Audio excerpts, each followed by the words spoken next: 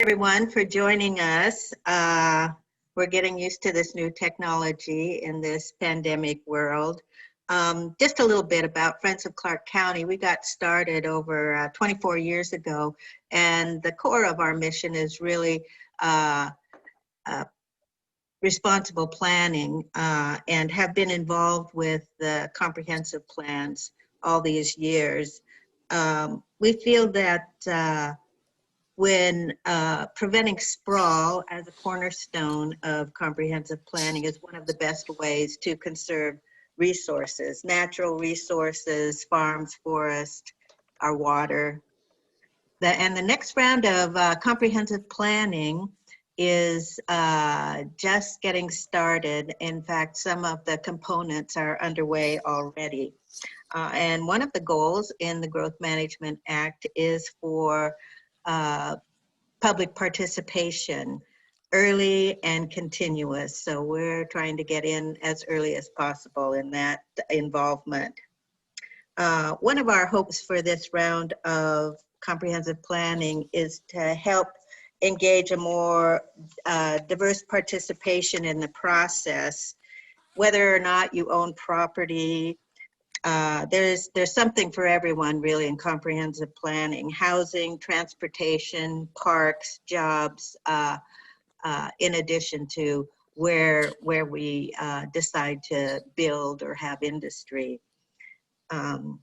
We are really more acutely aware this year than we have been in the past that resources, amenities have not been equitably distributed or accessible to everyone. And providing information and reaching out to underserved communities is a chance to correct some of the historic inequities, and we hope that that can be built into the public participation in this round of comp planning.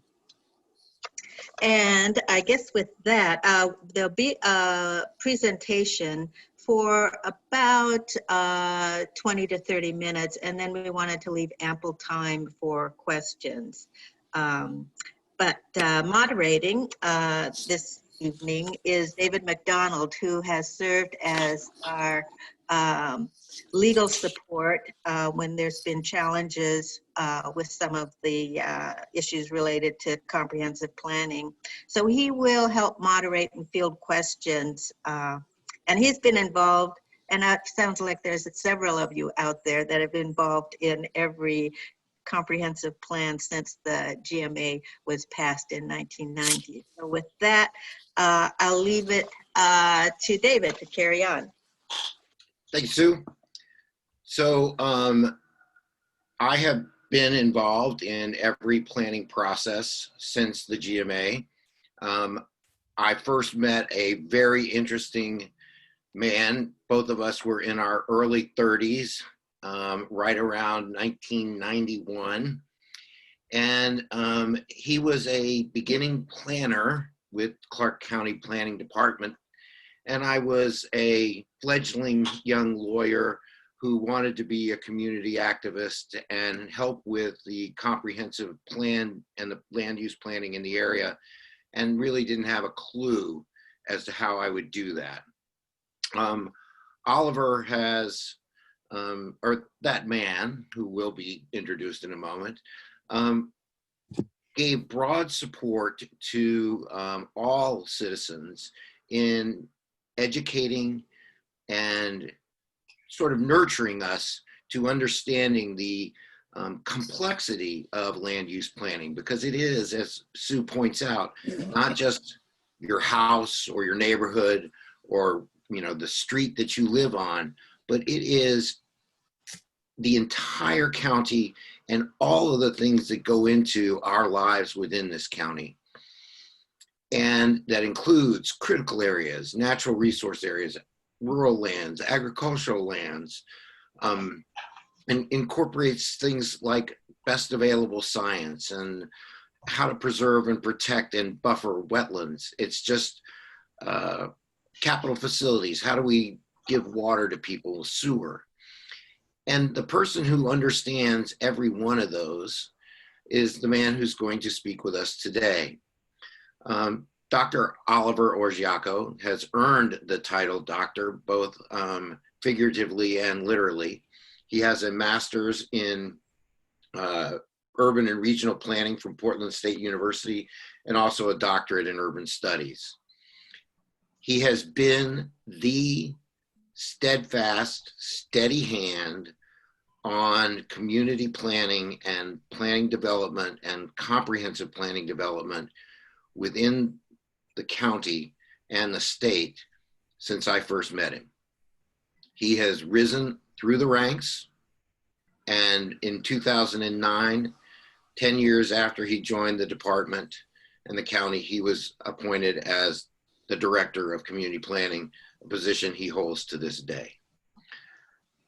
Many planning commission members, staff, board of county commissioners, and current counselors all owe most of their understanding of how land use planning works in this state, and especially in this county, to Dr. Oliver Orgiaco. And I, as a citizen, am one of the people who have been mostly just grateful daily for his wisdom, his knowledge, and his ability to encourage people to participate. The one thing that I would like to leave you all with before I turn this over to Dr. Orgiaco is that the public participation part of the Growth Management Act is its bedrock. And I will quote to you from a Growth Management Hearings Board decision from 2000. And they said, to inappropriately truncate or eliminate the public's opportunity to participate in the making of local government policy would fly in the face of one of the Act's most cherished planning goals and separate the bottom-up component of GMA planning from its true roots, the people. So you have to be involved, you have to pay attention, you have to learn. And today you will have, if you have not gotten before, a primer on GMA comprehensive planning from Dr. Oliver Orgiaco. Oliver, my friend, take it away. Thank you very much. You know, with all that accolade, I should just not say anything. So thank you so much. It is a great honor to be invited to your group, and to that, I am very grateful. I have a very brief slide that I would like to use for my brief conversation with you today. So if I may ask that that slide be pulled up, I will appreciate it, and then I will be letting you know when to advance it. So thank you very much.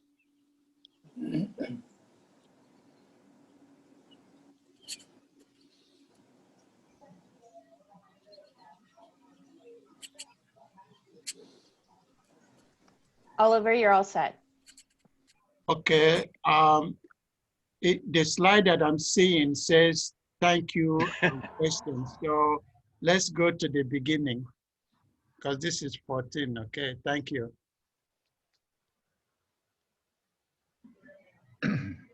Actually, I thought you just wanted to get out of actually presenting.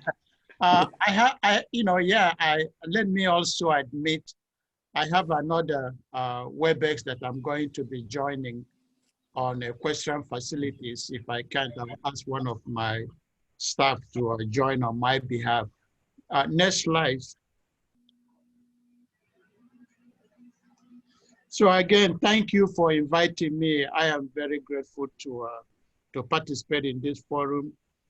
The agenda, take it for what it is. What I would like to really focus on is, instead of history of planning in Clark County, I would rather talk about introduction, background, and move on from there. So next slide.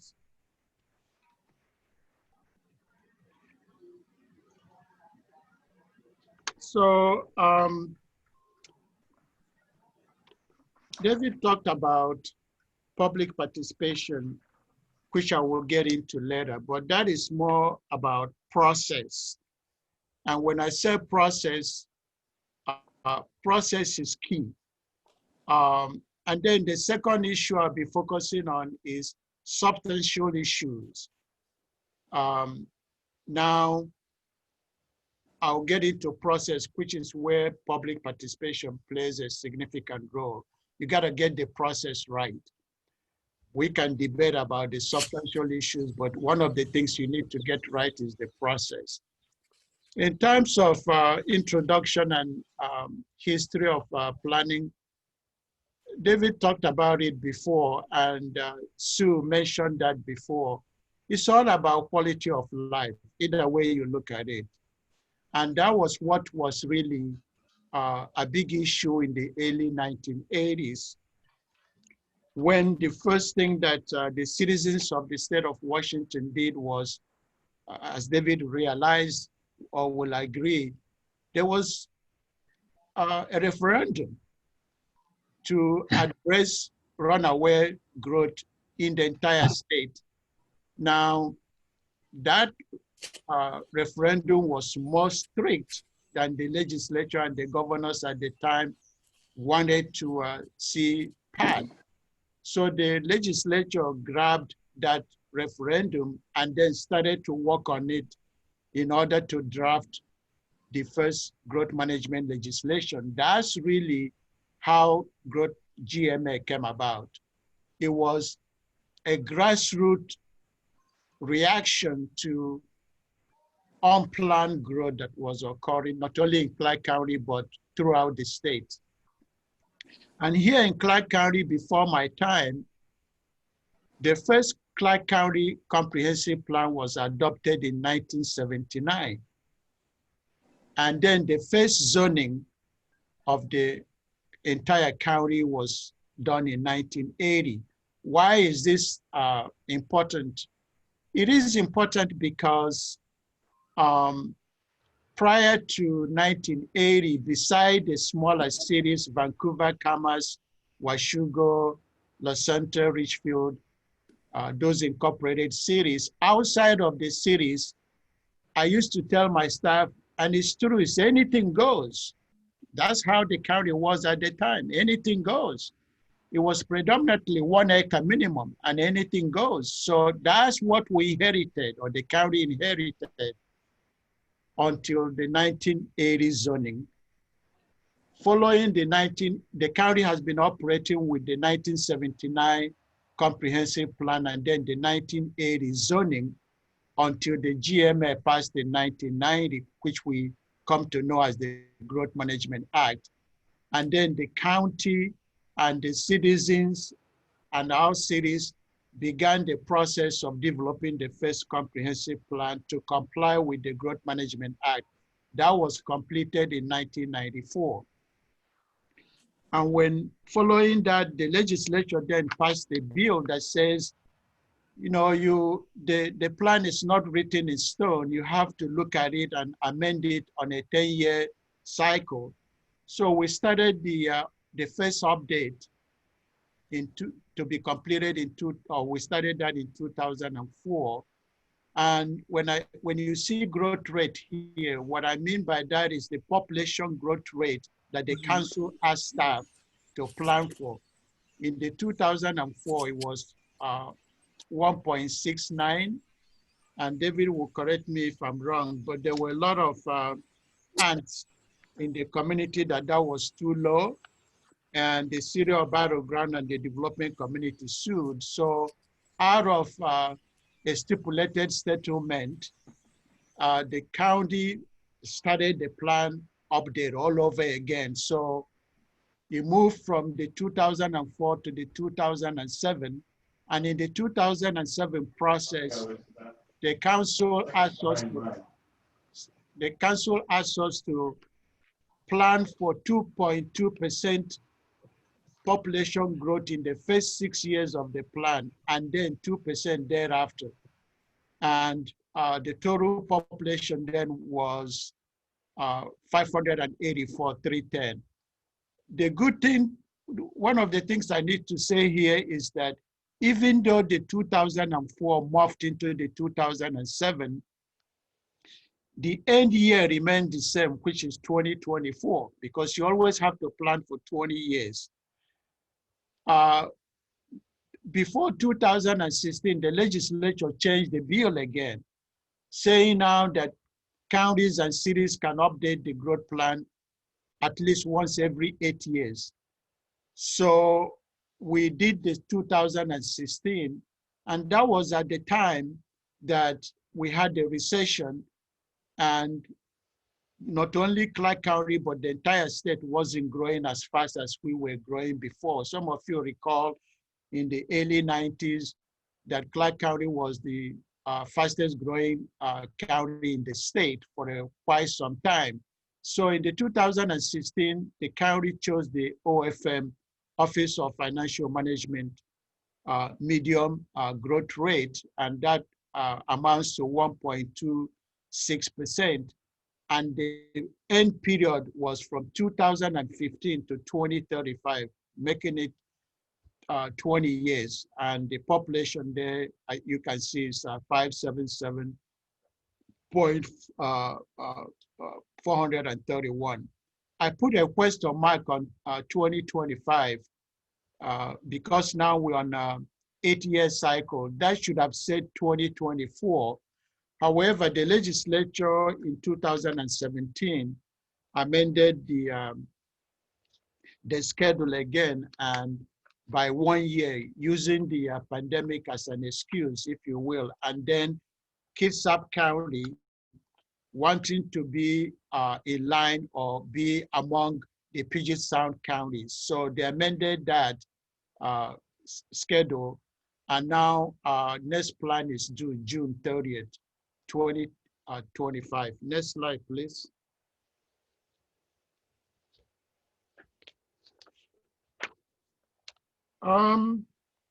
When it comes to process, which I mentioned earlier, which is key, I want to really focus on the 4 key tasks that cities and counties must take during the periodic plan update, because it's not new. What we are doing is amending. And the first thing we have to do is to establish a public participation program, and I will expand on this as we go along. The second is what is called review relevant plans and regulations. Again, I will expand on this, and then take legislative action, and then submit a notice to state. When they say submit a notice to state, it used to be called CTED, now it's Commerce. So we do submit notice of adoption to Commerce. And I want you to pay particular attention to this, because Council David knows this very well. The only time you can appeal is after the elected officials have taken a decision, and then we issue a notice of adoption. That's when the clock starts ticking for anyone that wants to appeal. Next slide, please. Let me focus on item 1, which is establish a public participation program. What this means is that before we start talking about what to do, we have to develop a plan and a schedule, and that needs to include steps in the update process to ensure the public is aware of the process and knows how they can participate. This is required, and I'm not going to be referencing RCW. RCW, some of you know, means Revised Code of Washington, and the GMA is codified in RCW 3670. So 130 sub 2 requires this public participation program. And I will expand on this a little bit more. The second thing is what we have to do, which is review relevant plans and regulations. Now, this is where we evaluate, is there a need? Because Council here will correct me. We are required to review our plan. It says review and amend if necessary. So there is nothing that mandates that we have to expand the urban growth boundary every time we go through the update process. So what we have to do here in item 2 is to review our development regulations, review our different plans, review other documents to see whether there is a need to update them. Next slide, please. Number 3, if we determine that there is a need to update, then throughout that process, the council has to take a legislative action, and that is the adoption ordinance. It's not a resolution, but that adopting ordinance is a finding that a review has occurred, and in that document, identify the revisions that have been made. And then in terms of item 4, we have to submit a notice of adoption to the state at least 60 days prior to taking that legislative action. And by the charter, the action of the council becomes effective 10 days after the final action. Next slide. Now, this is more of an informational to you. It's a repeat of what is in the previous slides. The GMA, why do we plan? I'm not gonna get into why we do that because Sue have touched on that and David also have touched on that. Land use planning affects all of us. You know, it's not only rooftops, it's about jobs, where those jobs are placed. It's about parks. I will get into that a little bit more when I talk about mandatory element, but it affects us all in our subdivisions, in whether we have a sidewalk or not. So that's really why we plan, and I'm glad that the state did pass the GMA. A lot of people have been saying, well, we have to review it, we have to amend it because it impacting certain group differently. But that's really why we plan. And one of the things I want to mention here is that we plan, there are mandatory elements. I talked about legislative finding, I talked about public participation. There are mandatory elements, and I will get to that. What are those? Mandatory elements, you can find out, you know, on your own, which is 3670. Land use, housing element, capital facilities plan, utilities, rural element, you have to have a transportation element, you have to have economic development, parks and recreation, which includes parks and open space. And those are the real mandatory elements.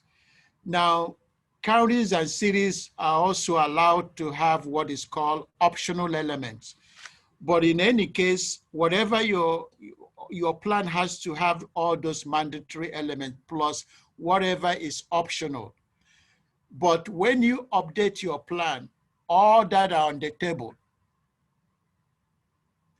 You don't have to pick and choose which one. You are looking at the mandatory element. You're also looking at the optional element. All of them are on the table when you are making a review.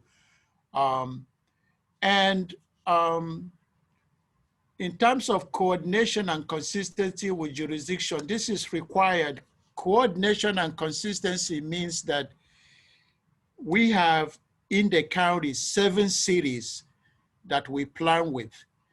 The city of Woodland opted to plan under the growth management plan, but because there is a very small portion, the Horseshoe Lake area that is in Clark County, but within the city limits of Woodland, we are planning with Woodland. So there's 8 cities we are planning with, and our plan, our land use plan and the city's land use plan has to be consistent, and we have to coordinate.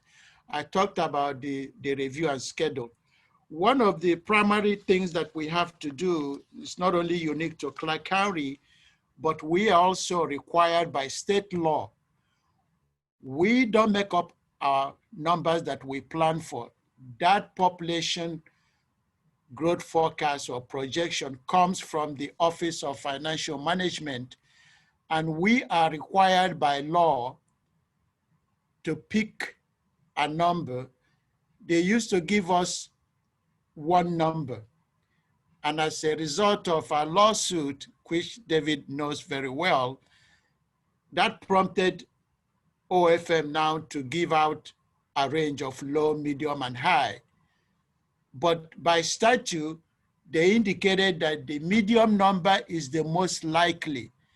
And each time I bring that up to the council, I know Councilor Lenz is listening, each time I bring that up, the issue is that the county have never really chosen the medium number, that they always land between the medium and the high. But it's a policy call. We don't have any choice on that.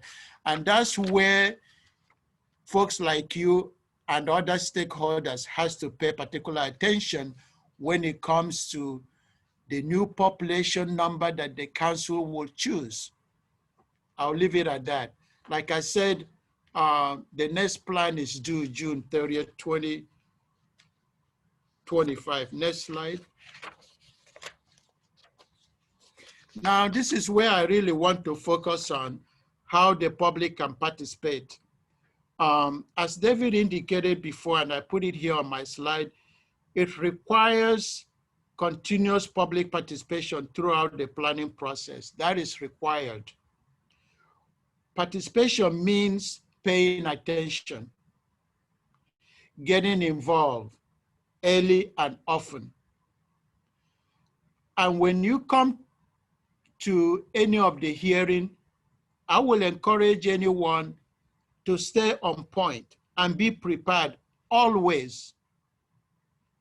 Do your homework.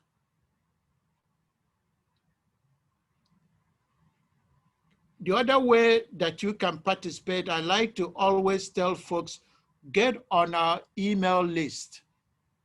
You can submit that to go on our website. You can submit your name, be on our email list, so that you can stay engaged throughout the planning process. Now, if you make it to our email list, we'll put you on what we call our METS list. Anything pertaining to the plan update documents, and I'm gonna provide you a web link, anything pertaining to the process, you will get an alert. Okay, if you're interested, you can come to the hearing. If you're not interested, at least you're getting the information. The reason I say participation means paying attention, as David indicated earlier, land use affects you in whatever neighborhood you are, whether it's density, whether it's a new road going through. So you have to stay tuned to what is happening. You have to stay tuned. Otherwise, you don't want to come after the decision have already been made. I know the frustration that some people get, you know, after we go to the council or we put plans and we go to the council and it changed. I can't do anything about that, but you, the citizens, these plans are being prepared for you. It is a community vision of how you want to grow, whether you live in Philida or you live in rural area. It affects everyone. So you have to stay in tune and pay attention.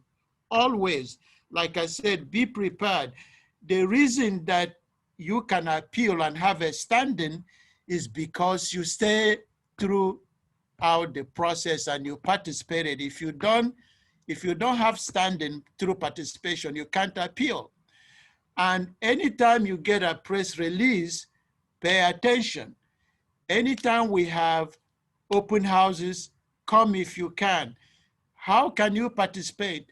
You can participate by written comments. You can participate by oral testimony. You can also attend our workshop, open houses, sign your name. You can watch any of the hearings on the CVTV.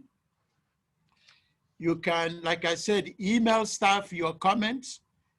watch the news releases. Sometimes the Columbian and the Reflector follow the process and write about what is happening. And I will also encourage you to go to our website.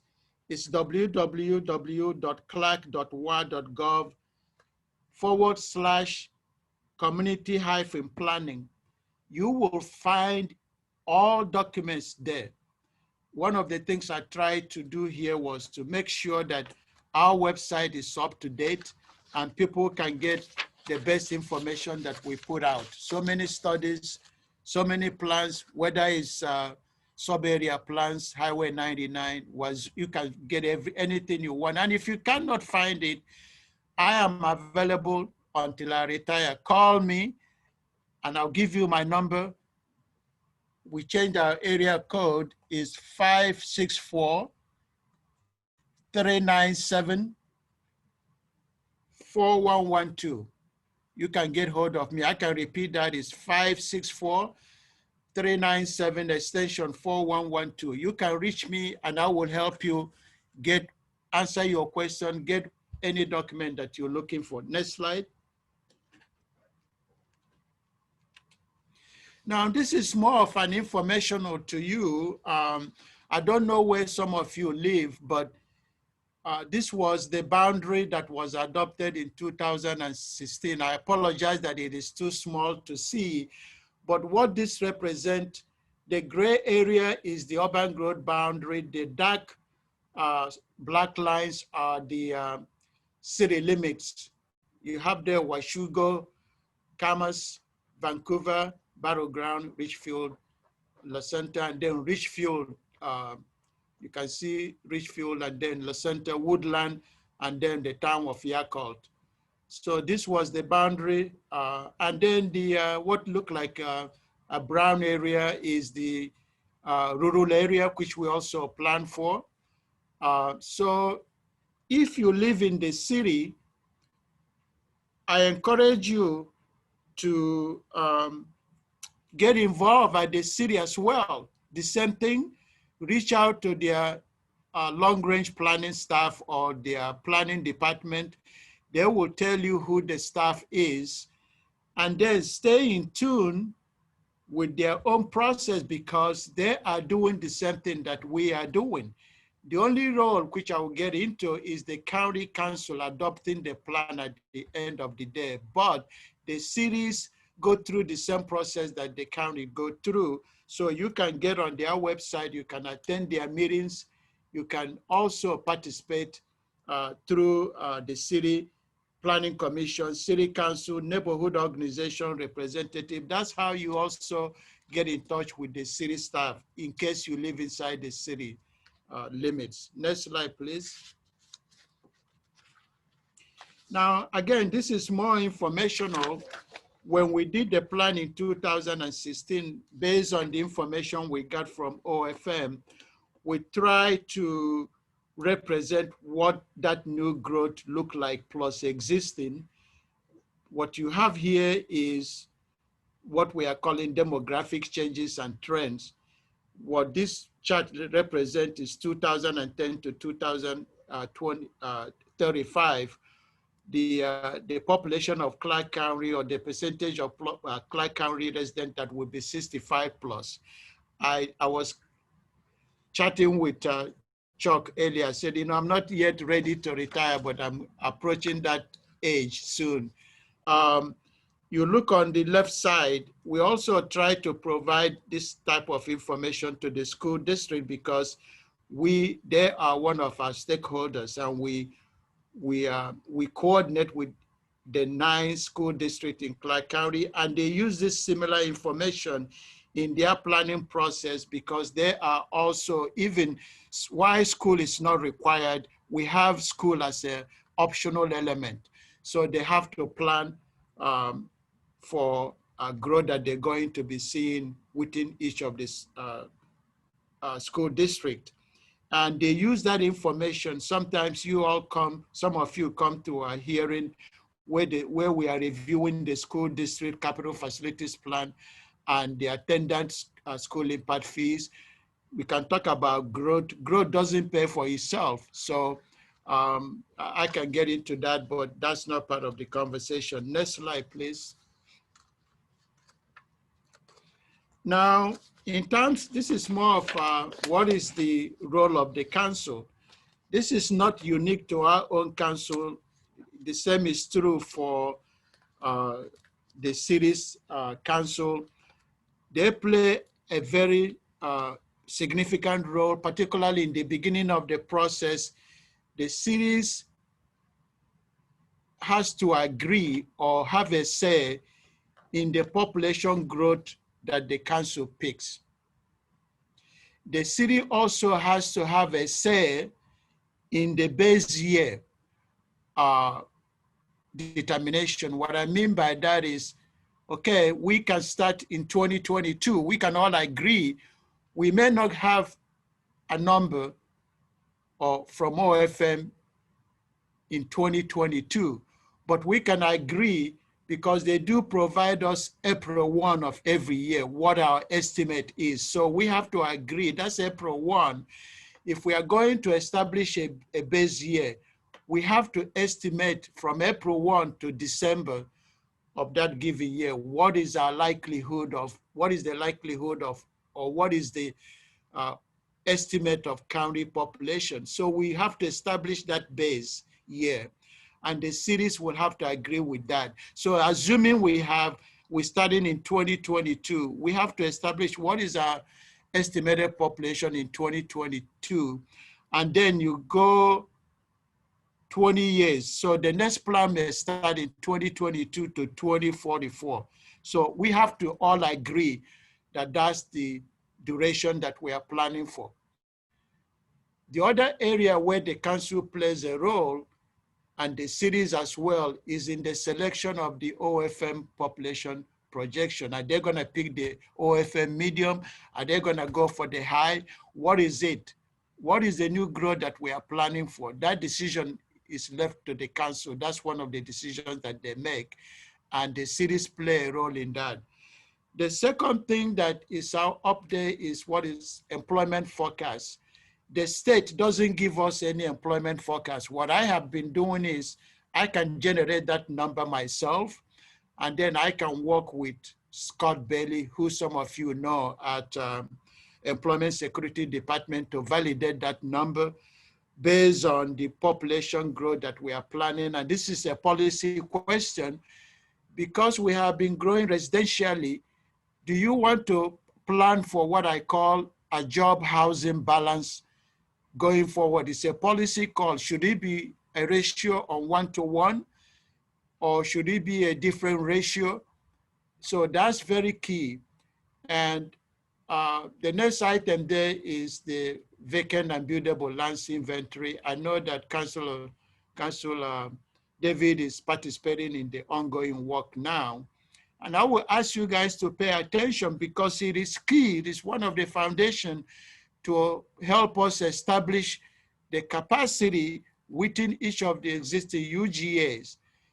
When the council makes that decision on population, we have to look back and say, okay, how much vacant land is available to accommodate that growth before you think about expanding the boundaries? So this vacant buildable lands inventory is very key. Just throwing it out there. The other thing we have to do, and the council have to pay attention, because I will have to bring that in front of them. What other new changes have been made to the GMA by the legislature, for example? So we have to pay attention. Have there been any new amendment? The legislature will now commence in January. Don't know whether they will be doing it visual or whatever, but every session, GMA amendment is always on the table. So we are watching that constantly to see what changes the legislature make that we should incorporate as part of the update. And the last thing I will add there is we also work and check recent council decisions, whatever that may be. We also, my department is working on a housing option. Hence that is completed, it will be before the council. They may, I don't know what's gonna come out of that. If the outcome there is to make changes to the current zoning to provide for a different housing option or density, we will incorporate that into the next plan. And finally, we also have to comply with court orders or growth management hearing orders. If we are not yet in compliance, we will take that opportunity to also come in compliance. Next slide. As this is more of a repeat. The plan is always set for 20-year planning horizon.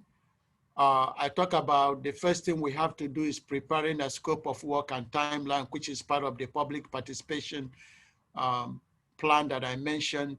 I talked about the buildable lands work. Part of the requirement in the recent bill that the legislature passed, 5254, it requires that this buildable lands work be completed and submitted to the state 3 years before we start the next plan update. So there you have it.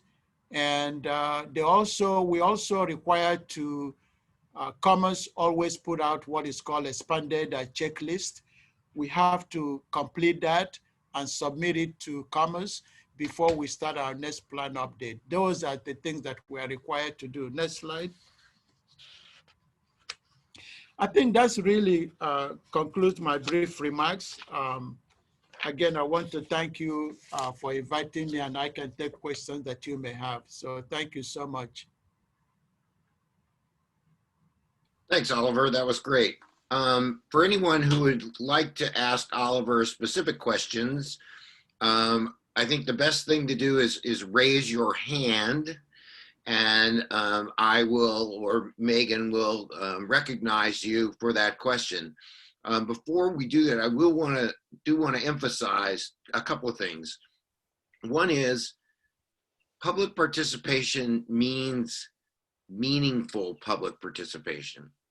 The Growth Management Act can seem to be a bit overwhelming because of all of the rules and regulations, both in the RCWs and the Washington Administrative Code. So if you have something that you're specifically interested in, bike lanes, for instance, your transportation element, or you're concerned about densities in neighborhoods, you want to look at the planning goal that's listed, one of the mandatory elements, and then look at where those are specified in the code, and then talk to someone at the planning department and say, where can I look for information, and what kind of information is helpful for planning on this particular piece of the comprehensive plan of which I have an interest.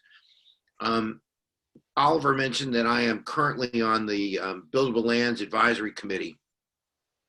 That committee talks about building a model, and that model then reflects what land we will have, or we predict we will have, for housing units, commercial units, industrial units within the planning window.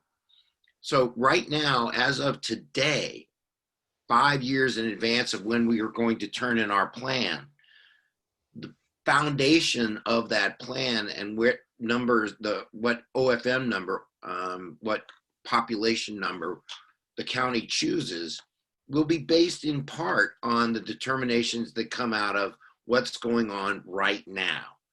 So what I tell people is, the earlier you're in, the more effective you are, the more likely it is you will make a difference. The later you're in, the less prepared you are, the more frustrated you will be. And I can tell you, after being involved in this for 3 decades, frustration can run very high from across the spectrum of who wants what. And the council will have to deal with all of that positive and negative energy.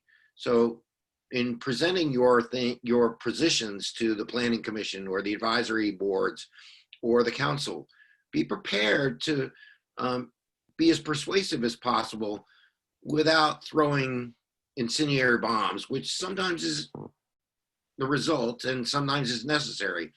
But I found that over the years, if you have persuasive, comprehensive information that is more saleable to the decision makers than just your feeling that you don't like it.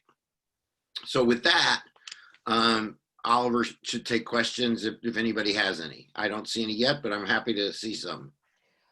So David, we did initially discuss, did ask people to send their questions via chat. So we do have a few questions here. One from Heather. What other trend data other than population growth are taken into consideration? Climate change projections, environmental justice, well-being, health projections, et cetera. I don't think we have, can you repeat the question so I can understand it, make sure I'm responding accurately? Absolutely. Heather asked, what other trend data other than population growth are taken into consideration? She provided examples such as climate change projections, environmental justice, general well-being, and health projections. It's only recently that, for example, environmental justice is coming into the picture. So we are going to be looking at, we are currently undertaking a housing study. We are going to look at some environmental justice issues as part of that process. In terms of other areas, it's very, very difficult to get a handle on how the land use, for example, practices are impacting some communities. We don't have that except in broad studies that have talked about the impact of a highway or freeway on placement of freeway or even mass transit and how that is impacting some neighborhood, things like that. It's through study, but the state haven't really given us any data to say, point to this and do something about it. The same is true when we know, for example, where we have contaminated soil and things like that. We will work with ecology to look for remediation and things like that. But other than that, there is very limited data out there helping us to get to environmental justice issues. One of the things that I can say, David talked about it in terms of best available science. We rely on state offices like a Department of Ecology or Department of Fish and Wildlife to help us because they have very good scientists. Many studies that they review before they make new rules. So that's what we rely on, pretty much. All right. So we did have a hand raised from Don Stanky. Don, did you still have a question?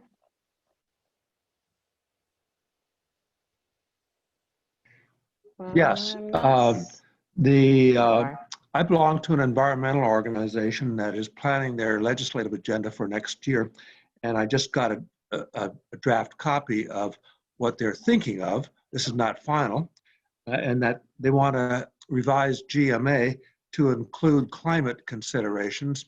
And there's so much that sprawl does to increase emissions that I think this is a high priority for anybody who cares about climate change.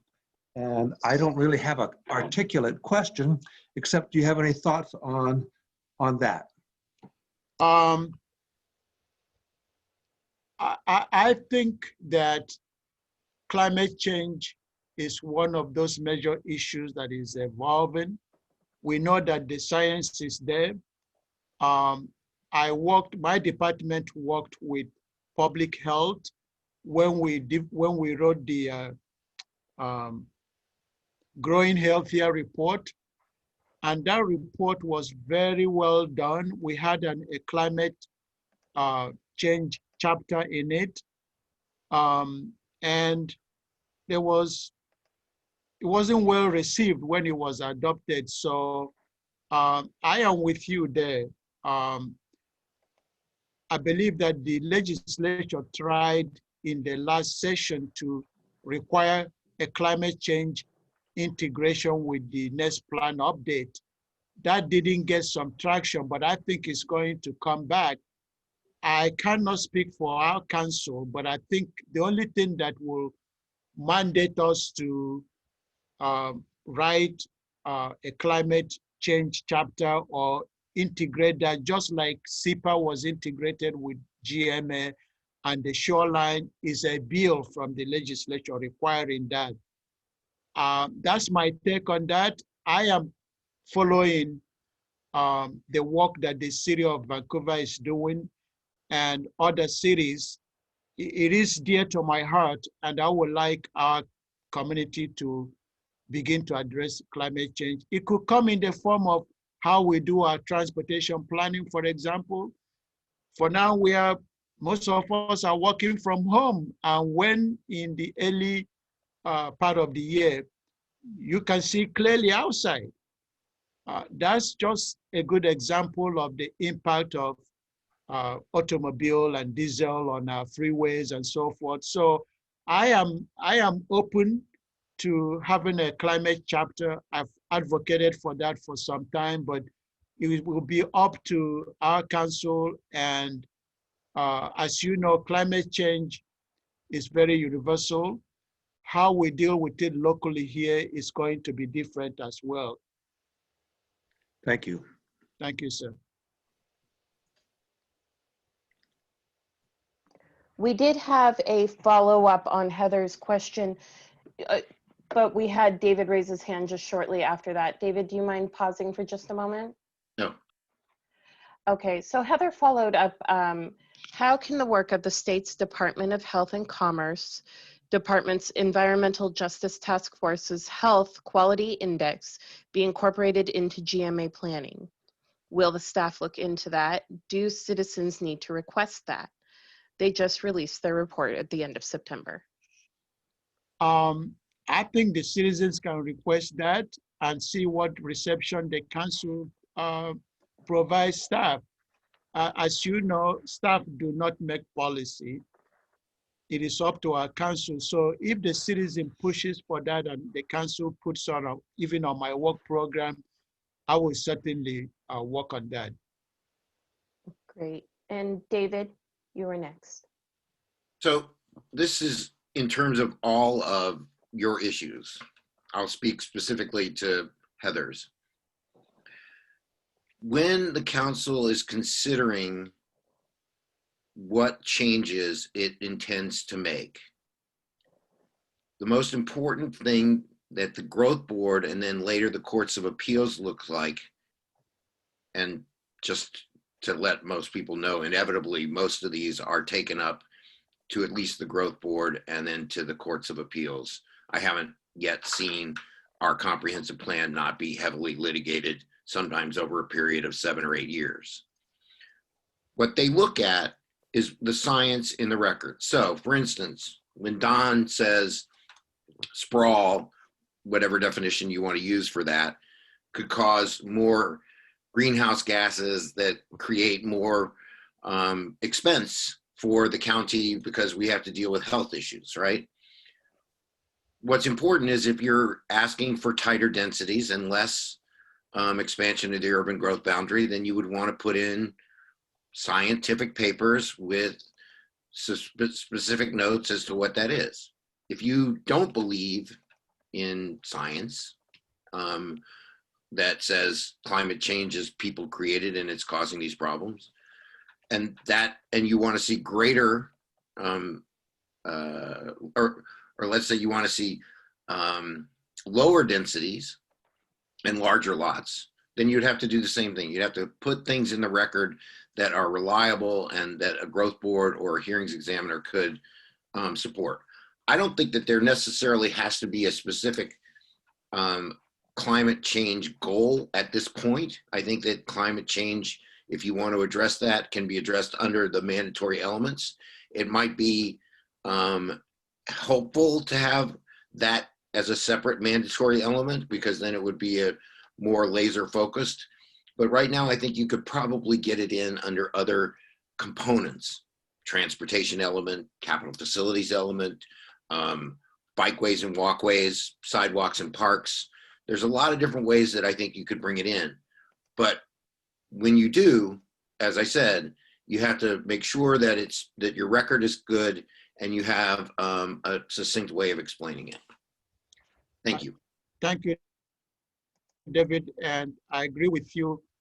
Why the legislature is debating that, nothing prevents the community desire to have that as an optional element. I know some communities do. I know the city of Olympia and other areas have climate change in their chapter, and why it's not required is optional. So if the citizens want that, they can make that request. It could be optional element, but I agree with you. It can be addressed through how we zone. It could be addressed how we lay our street and what type of density and things like that. So I'm familiar with some other communities' climate change chapter, and I've talked with Dr. Alan Melnick. We have a chapter already, even though that was not elevated to the point where we desired, but we have an existing framework to work with. It will be up to the community to say, yeah, we want that as an optional element. It's going to come. I really think that it's going to come. Oliver and David, thank you for your thoughts. I want to move now to a question from Jim Byrne. If the county council chooses to go with a population number higher than the medium OFM projection, what type of information must they provide to justify the numerical change? It could be things like our historical growth rate. It could be a policy call.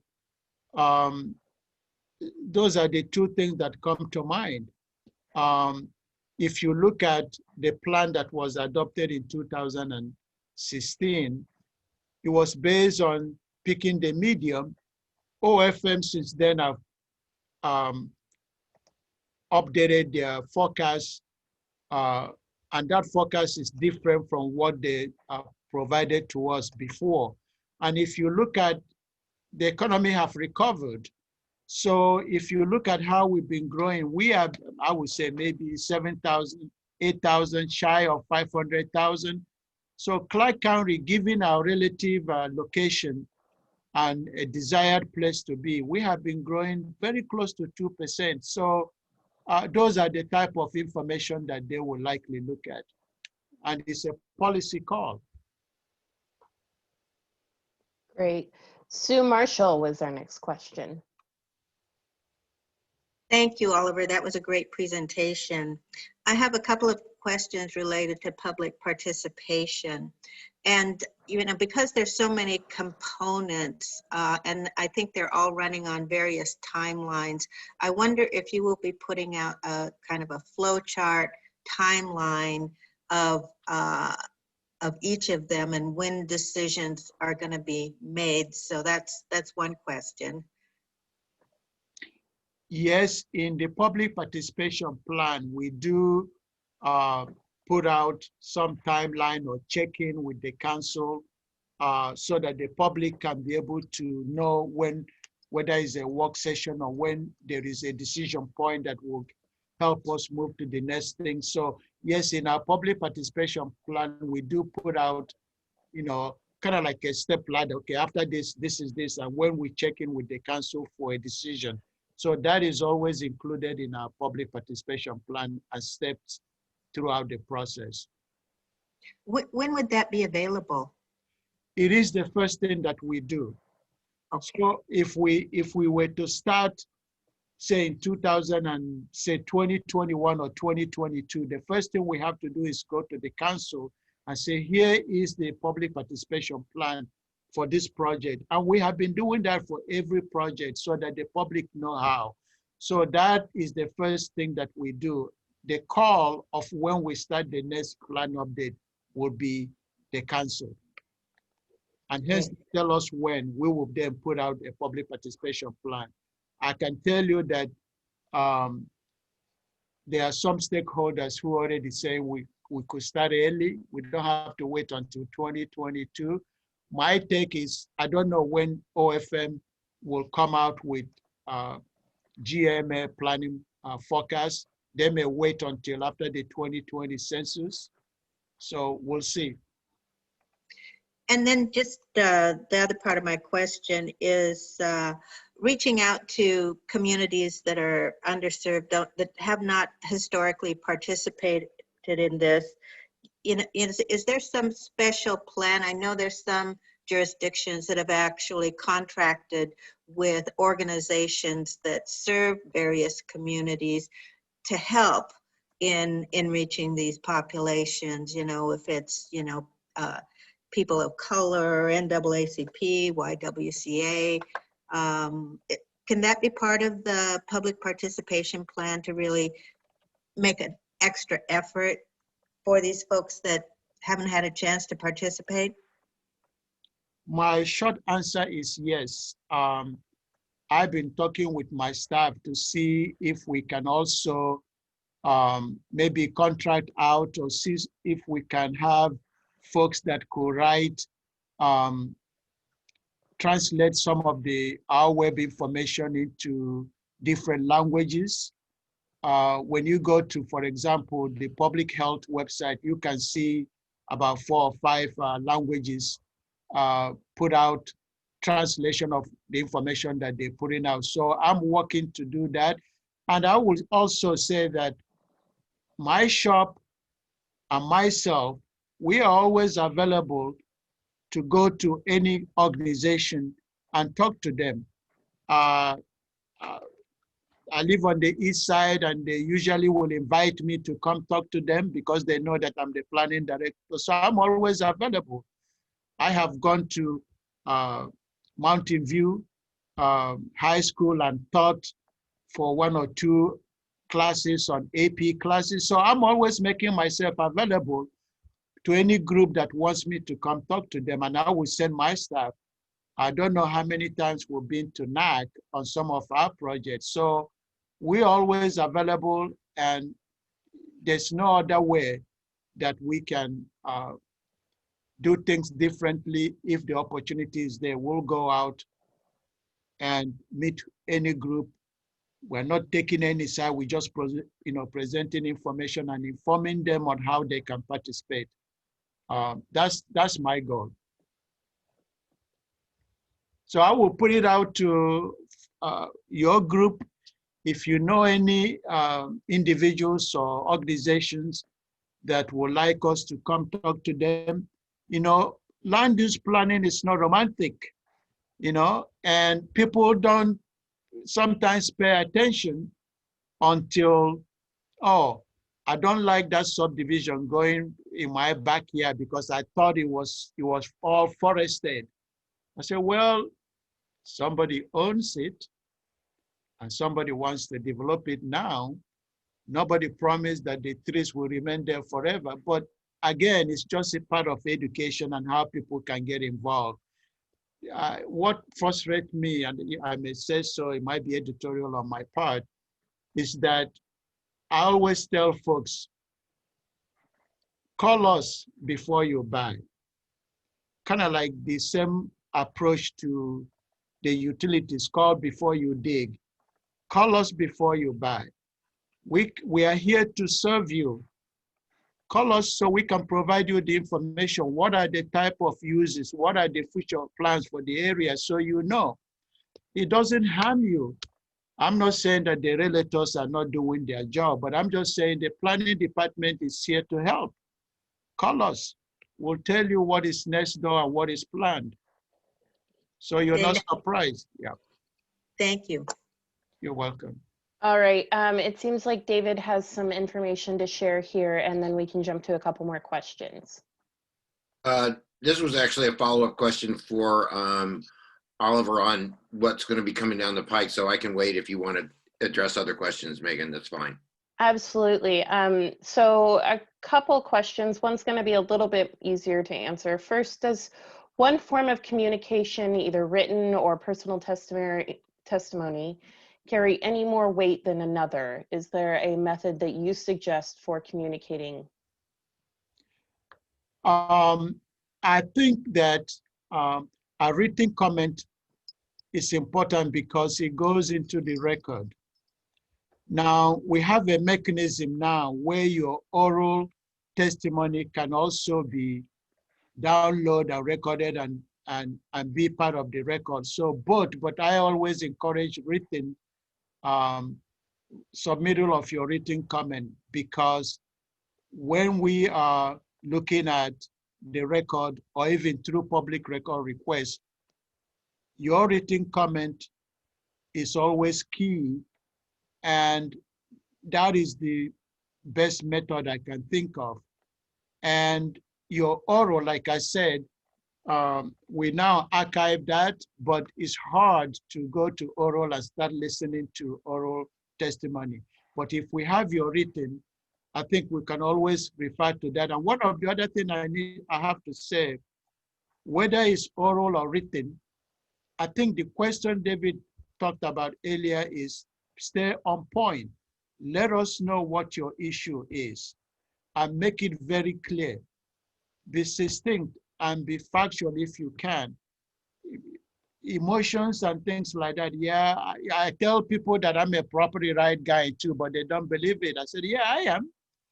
I don't want the government telling me how to use my property, but there are rules that we have to follow. So, but to cut it short, I think oral is preferable. I'm sorry, written. And does, would you qualify an email as written testimony? Oh, yes, emails, yeah. And we have, David will attest, we have a very good public record index that if I may just pat myself and my staff on the back, that the Growth Management Hearings Board have shown up as the best in the state. So we have a very good way of keeping records, and it's accessible to the public. They can see it. We have been audited, and both the state and the auditors here said it is the best, and the Growth Management Hearings Board agreed. So we don't miss or lose a written comment, email, whatever we get, we index. Great. And it's also indexed by person. So for instance, in the 2016 update, I had a number of comments over a 2-year period. And when you pull up the database that the record that they prepare, you just scroll down to David McDonald and everything that I've ever put in is right there. And that's true for any person. So if you want to find out, sometimes counselors put something in, or other lawyers or your neighbor or whoever, you can search that database by name. So if you want to have your information reviewed and in that database, I would really emphasize Oliver's point that written information is best. Certainly your oral presentations can be persuasive in ways your writing may not be, but the writing is the record, and people, especially staff, review it all. I also want to point out that Marilee just commented and sent out in the chat that if you put in the subject line public comment for comp plan and the hearing date, if possible, that is another great way to make sure that your information is shared. So moving on to our another question. Oliver, what advice do you have about how to address balancing conflicts of interests in quality of life, the common good, private property rights, and future generations? That's an excellent question. What I can say is that it is a very GMA, because there are, you talk about land use, you talk about all these mandatory elements, transportation, capital facilities plan, you name it. There are conflicting sections of the GMA. So it's always a balancing act.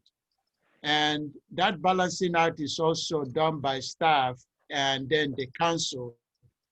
One of the goals of the GMA calls for property rights. Now, when I said I'm a property right guy, and some people don't believe it, but what it means is that it doesn't mean that the way we zone your property is taking your rights away, if I may use that as an example. And David may correct me if I'm wrong. Areas that was designated as resource, the Growth Management Act says you have to preserve it or conserve it. So some people are not happy because their property is zoned as agriculture. Well, the zoning was dictated by the characteristics, the soil, the characteristics of the land, which is also outlined in the way we zone land. So it is a balancing act. Now, some people may not like that their property is zoned for 1 acre or 2.5, or they have 1 acre before and now it's 5. That's true, but it's part of that growth management planning effort.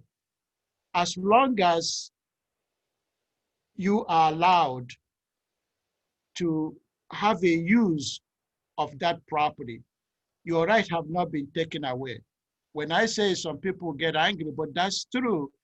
If your property is zoned for 1 acre and you can build a house on it, your right had not been taken away. I am not a lawyer to argue on property right or taking issue, but it is where you have to do some balancing. Take, for example, if you, depending on where you are, and I tell people this, which is true, if you are the edge of the urban growth boundary, when I say the edge, you are the line between rural and urban. If we expand the boundary and include you, you have a huge windfall. True or false? True. That windfall is to you, it's not to the entire public. Now, if someone property is zoned 1 acre, and tomorrow you sell it to somebody else and it's changed to 5 acres, and the county come back and said, we want to change it now to something else, whose right, whose benefit should that go to? So you start getting into some conflict issues.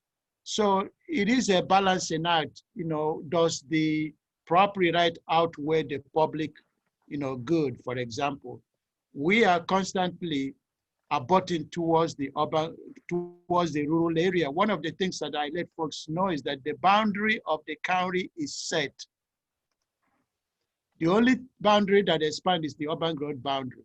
The rural area is set, and sometimes at some point you will get the rural folks said, I don't want the urban area to encroach on my rural area. So you have that conflict there as well.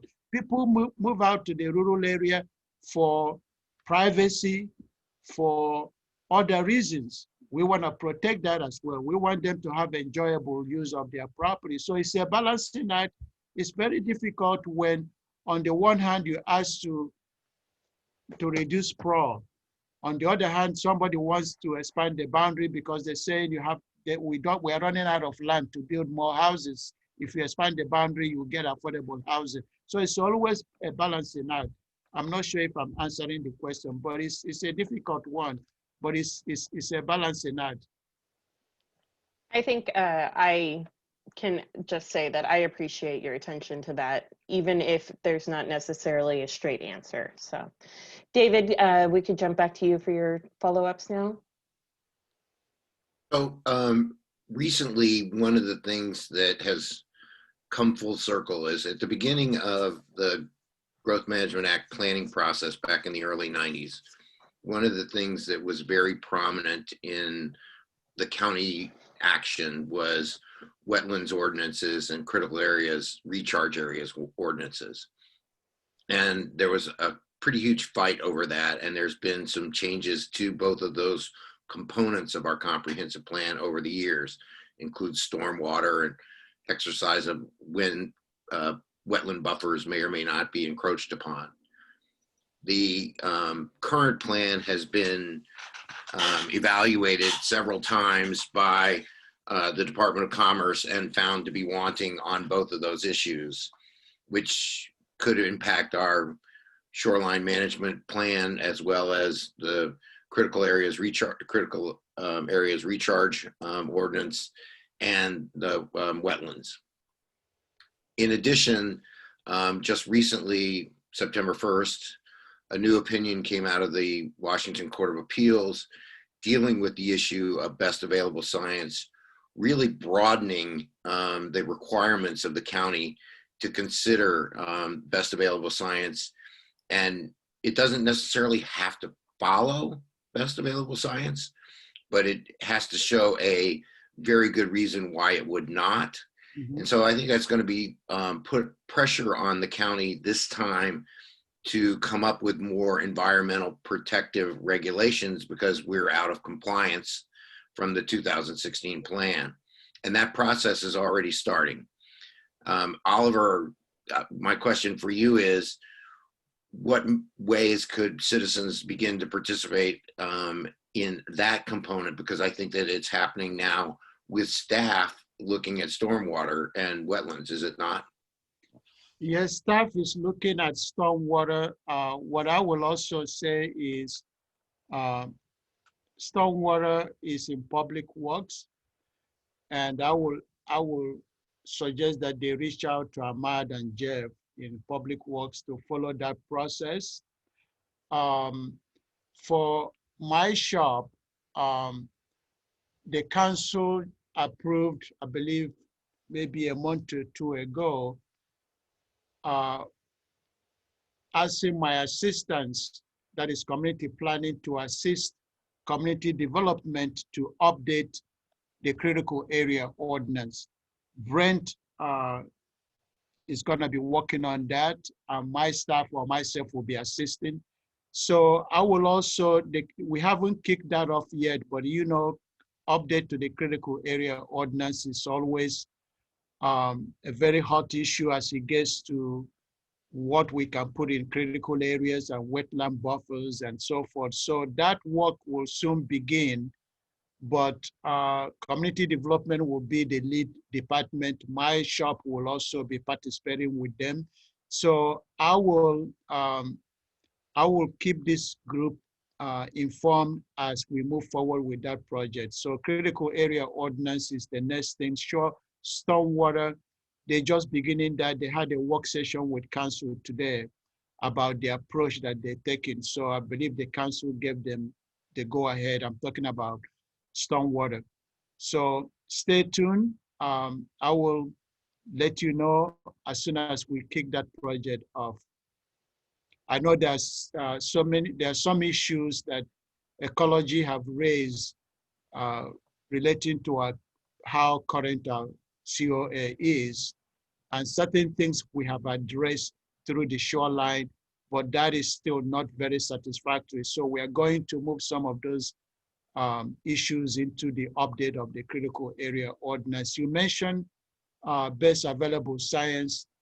I think that's one area that the county have to rely on best available science. What I think is the issue there is, if the county can come up with their own, that could be looked at. But how sure that yours is better than, let's say, ecology? You have to be able to substantiate that your own study or your own local knowledge is better than what comes out of, for example, ecology or fish and wildlife. So the burden is going to be on the county when we are using our own study, or what we are calling our own best available science. That's where the challenge is going to be. Locally here, when I've done some of this, we have relied on ecology and fish and wildlife and not going out to do our own, because sometimes we cannot really substantiate that. All right. Well, we have about 6 minutes left. So I am going to have to take the two most recent or earliest questions that came in.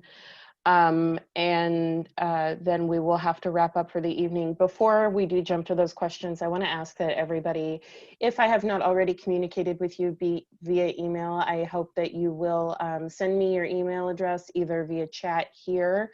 I'm the Megan with all the letters, or you can email me at info@friendsofclarkcounty.org so that we can make sure we get Oliver's slides out to you. That email will also include his contact information.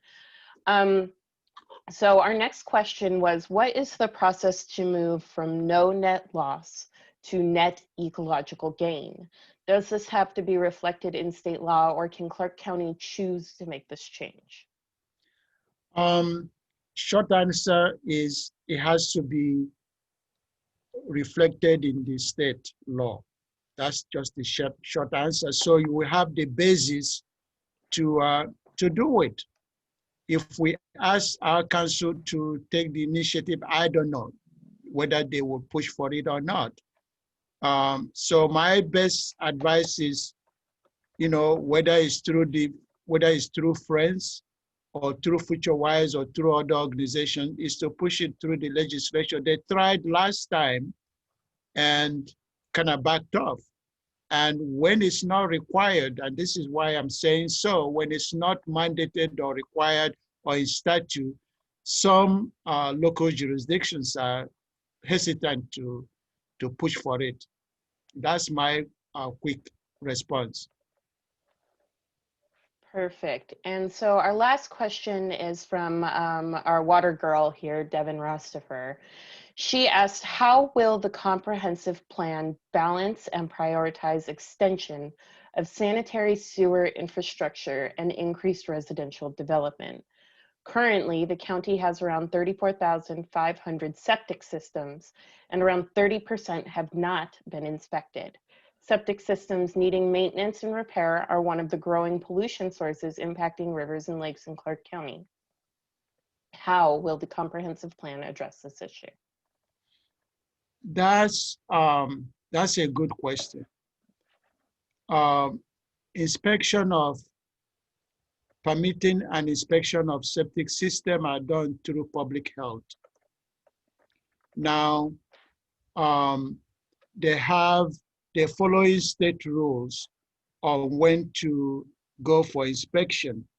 So what we do is coordinate with public health in a form of just collecting data on homes that are built in the rural area and that are on septic, so that we can report that back to the state, or the number of these homes built in the rural area that are on private well, or those that are connected to public water, because there are some folks out there that are on public water, but on septic system. But it is this public health that do the inspection, not necessarily in my shop.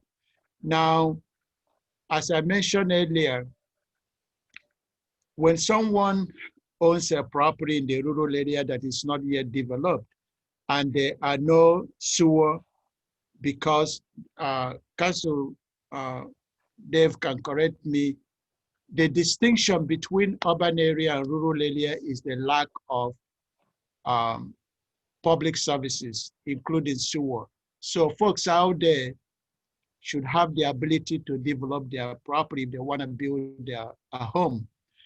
And if you have, by public health standard, if you have up to 12,000 square foot lot, as in the town of Yakult, you can be on septic system. There are new technologies now on new improved septic systems. If you're not in town of Yakult and you're in a rural center, for example, area that is zoned for 1 acre or 2.5, there are no sewer out there, so you are bound to develop on septic system. The question is how the installation is done. For example, there are folks that live along the East Fork and they build on septic, and if it's not properly maintained, chances are that they may be impacting the water quality of the East Fork. So I leave that up to public health. They monitor that just as they monitor any of the local rivers. Sometimes you get press releases that there is algae in Vancouver Lake or Lacamas Lake or Baru Lake. It is their function to monitor what is happening and then take the necessary step to mitigate public health issues. Thank you so much for those thoughts, Oliver. I think that those questions are, I've found a lot of them over my head, so I really appreciated your answers. David, did you have any last thoughts you wanted to contribute? So one of the things that Oliver has emphasized is that there are, even though his department is, you know, the lead focus of the comprehensive plan and how it's put together, the county is made up of a lot of different departments. So Public Works dealing with capital facilities and roads and transportation. Sometimes it's best to go directly to them instead of through planning. But what your issue is, whatever it is, there is a place for you to get information, and the county has a lot of it online. And people with staff, I have always found over my years, staff is willing to sit down and talk and answer your questions as best they can. They may not have all the answers for you. They may not have an answer that you like, as I can well attest. Some answers I've gotten from staff over the years have been less than the ones that I wanted. And I think that Oliver will attest to that as well. But they are there to provide information to you. They are a really great resource. And they can send you to Department of Ecology to get information, or Department of Commerce, or other organizations that deal with, you know, farmland, or whatever it is your issue, affordable housing. So don't be afraid to use them as a resource. Oliver has proven today, and he does every week, that he is available and he makes his staff available.